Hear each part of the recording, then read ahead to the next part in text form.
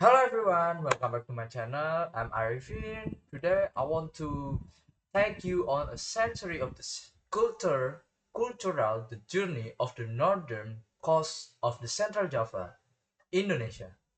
This vibrant coastal region encompassing the beautiful regencies of Batang, Pekalongan, Pemalang, and Tegal is collectively known as a Pantura.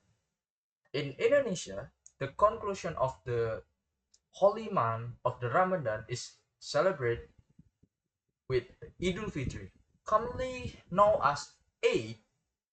It is a time of immense sense of joy, spiritual renewal, and a deep communal connection.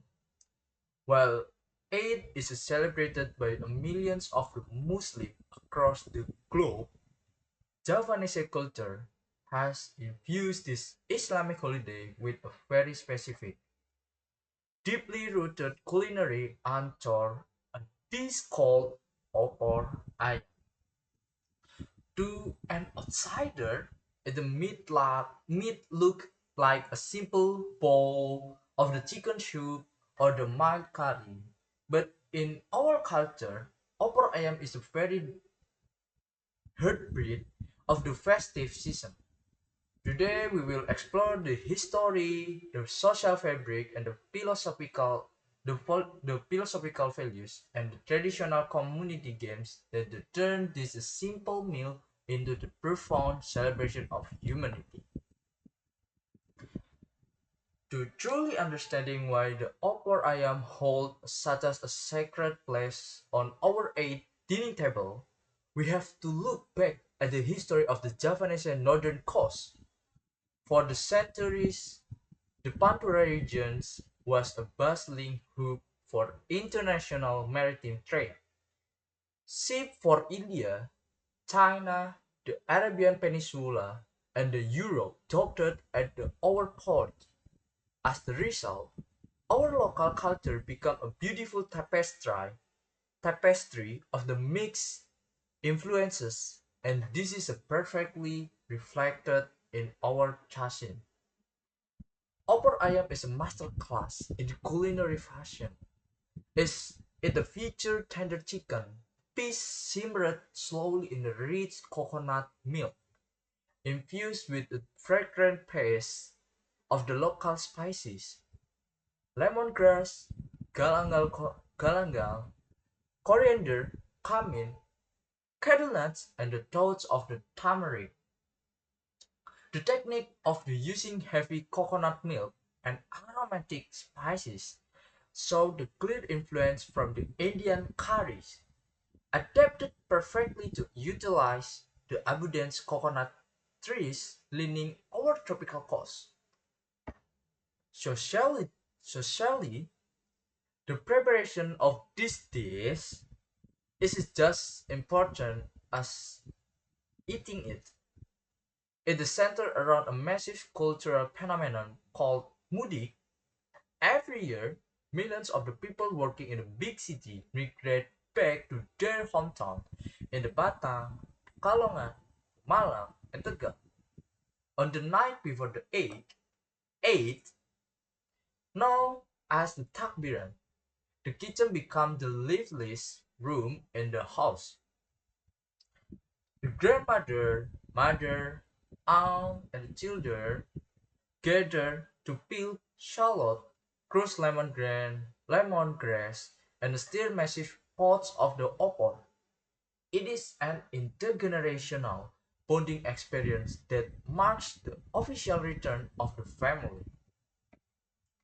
Now, opal ayam is rarely eaten alone. It is almost always paired with the ketupat, rice that has been packed inside a beautifully woven pot made from the young coconut leaf. Together, opor ayam and ketupat are not just a delicious combination. They are a rich in the Javanese philosophical symbols, representing two core values is forgiveness and pure intentions.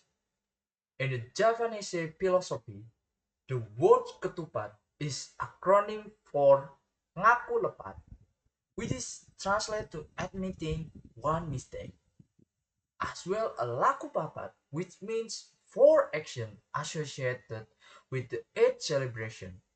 The intricate crisscross weaving of the green coconut leaf represented the complex web of the human error, science, sins, and a conflict that we accumulate over a year.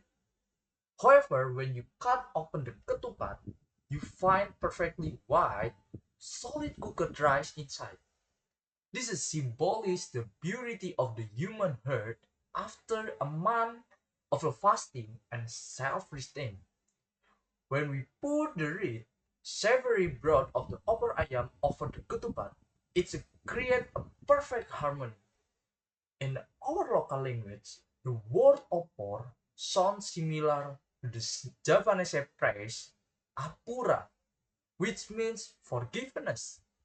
Therefore, serving this meal to family members, neighbors, and guests is a profound non-verbal way of saying I admit my mistake, I forgive your mistakes, and let us start our life again with a clean state.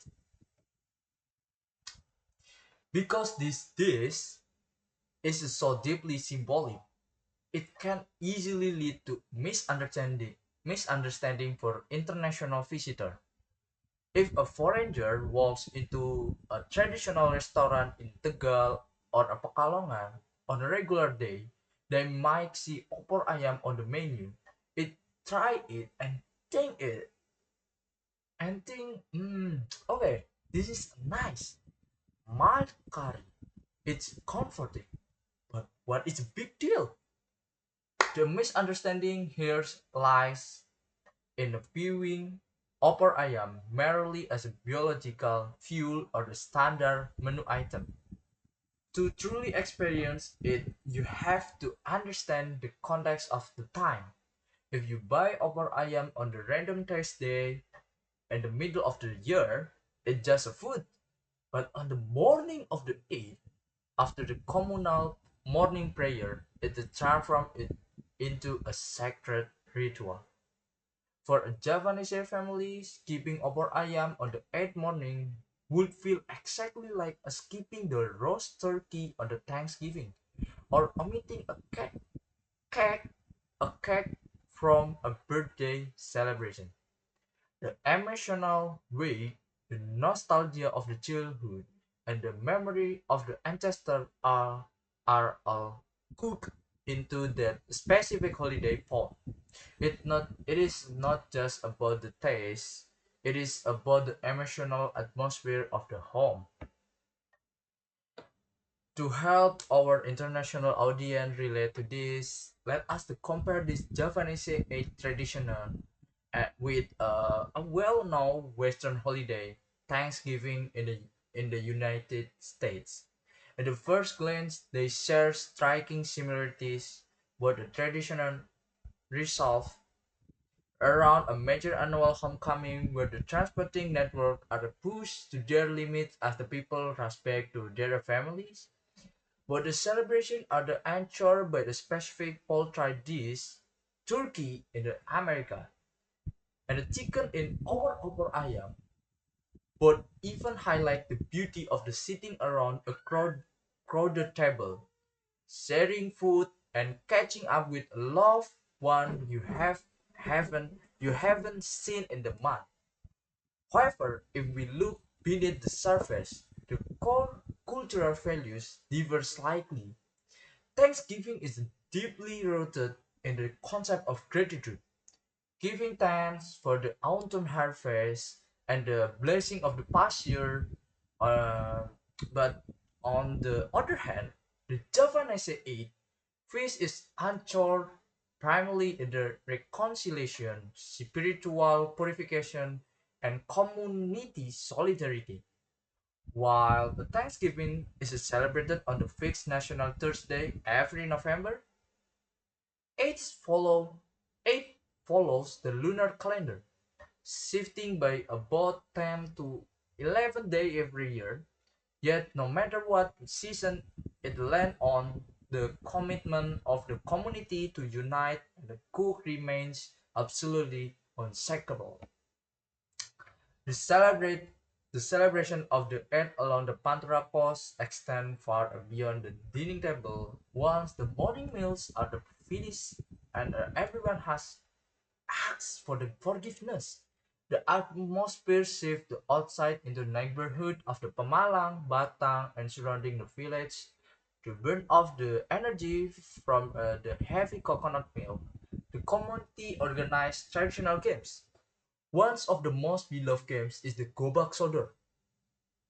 It is the game of incredible agility and teamwork play on the rectangular grid. One team acts as, as the attacker, trying to cross from one side of the grid to other, while the defending team it can only move along the draw line to block them with outstretched arm. It is loud, fast-paced, and filled with laughter. We also competition like Agra. We brave participant race its other while balancing on tall bamboo steel required immense core strength and focus. In the coastal village of the Tegal and the Batang, you will often find a neighborhood tournament featuring lari karung or sack race, or even the pajatina, where the team works together to climb and grease not a tree trunk to climb prize hanging at the top. The traditional games serve a beautiful cultural purpose in the era where children are youth are increasingly glued to their smartphone. Their games force the community to interact face to face. They teach our youth the values of the sportsmanship, collective cooperation, and simple. And last is unadulterated joy. As I bring this presentation to a close, I want to share a brief personal reflection on why this cultural aspect is so incredible vital to who we are. Living in a modern, fast-paced world, it is very easy to lose touch with our roots. The youth in the town like Pekalongan, Tegal, Pemalang, and Batang are growing up in a globalized society, highly connected to international trends, but it is precisely because the world is changing so fast that traditional like opor ayam and our childhood games are so important. They act as our cultural anchor.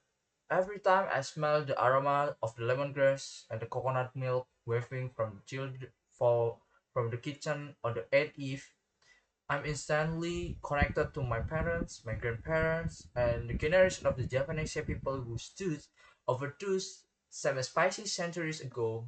It reminds us that no matter how far we travel or what we achieve, we must always return to values of humanity, family, and forgiveness. Thank you for watching my video. Yeah, I hope the next time you see a bowl of aromatic coconut curry, you wanted to just see a meal. So yeah, thank you for the watching. See you in the next video. Bye bye.